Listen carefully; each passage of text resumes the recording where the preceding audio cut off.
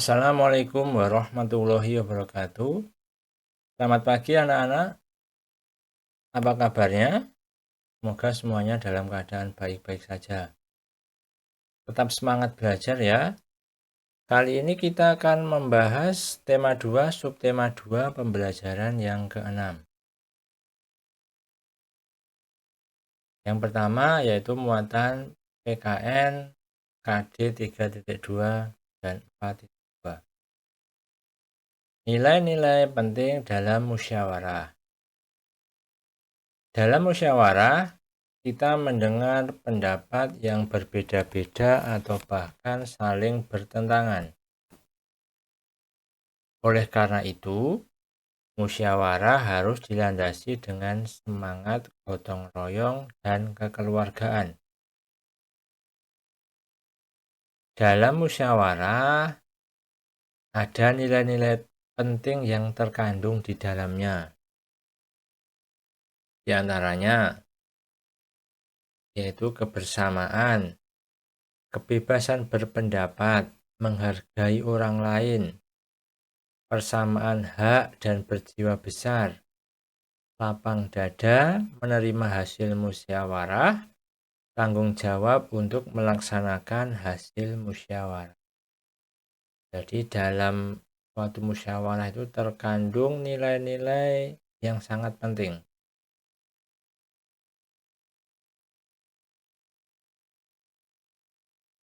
Apakah anak-anak masih ingat apa yang dimaksud dengan musyawarah itu?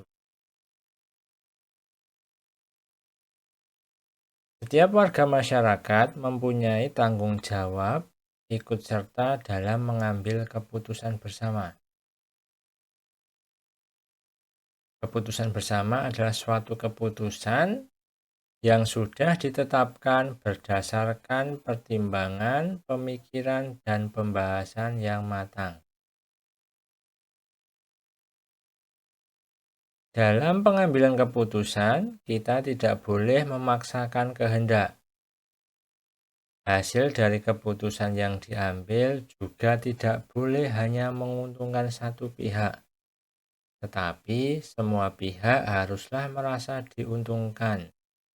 Karena keputusan bersama harus menampilkan rasa keadilan dan semua peserta rapat mempunyai kedudukan yang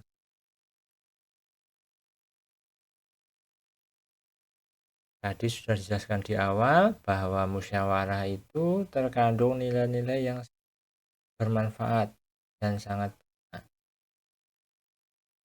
Nilai kebersamaan, nilai kebebasan mengemukakan pendapat, nilai menghargai pendapat orang lain, nilai jiwa besar, dan nilai-nilai lainnya.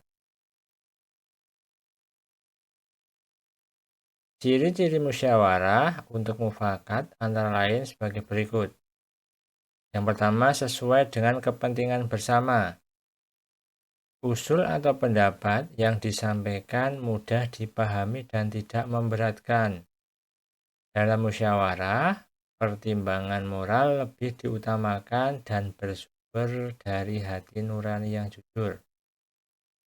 Pembicaraan harus dapat diterima dengan akal sehat dan sesuai dengan hati.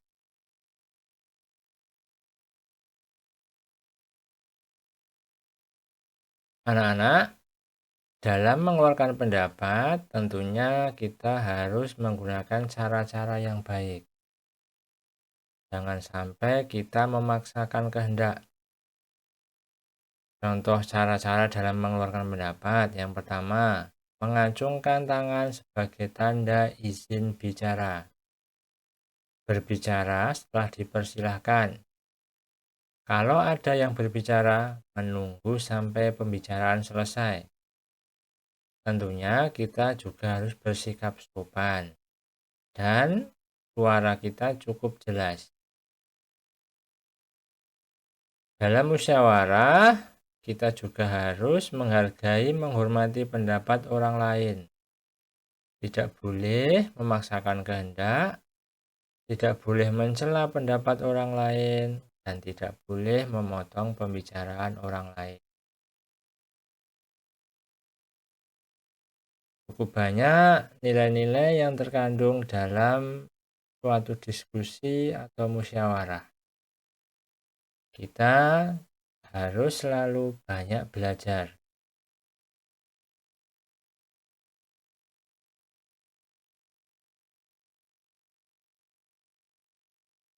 Materi selanjutnya yaitu muatan bahasa Indonesia.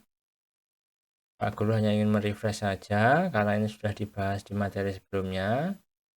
Tentunya anak-anak masih ingat cara mendapatkan informasi dari suatu teks bacaan. Membaca teks dengan seksama, membuat pertanyaan, kemudian membuat tabel pertanyaan dan jawabannya. Cara-cara untuk mencari informasi dari suatu teks. Selanjutnya, kita akan membahas tentang unsur-unsur yang harus dipersiapkan dalam peragaan tari. Kalau materi sebelumnya tentang properti tari, sekarang unsur-unsur yang harus dipersiapkan untuk peragaan tari. Ada beberapa unsur. Yang pertama, gerak tari, properti, musik pengiring, kostum, serta tata panggung. Mari kita bahas unsur-unsur tersebut. Dalam persiapan untuk melakukan pentas tari, ada beberapa hal yang perlu kita perhatikan. Yang pertama, menentukan bentuk karya tari. Bentuk karya tari ada bermacam-macam. Ada bentuk tari tunggal, bentuk tari berpasangan, dan bentuk tari kelompok. Yang kedua, memilih karya tari.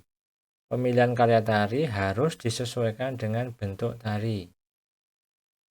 Yang ketiga, menentukan jumlah penari. Jumlah penari disesuaikan dengan bentuk dan karya tari yang dipilih. Yang keempat, memilih properti tari.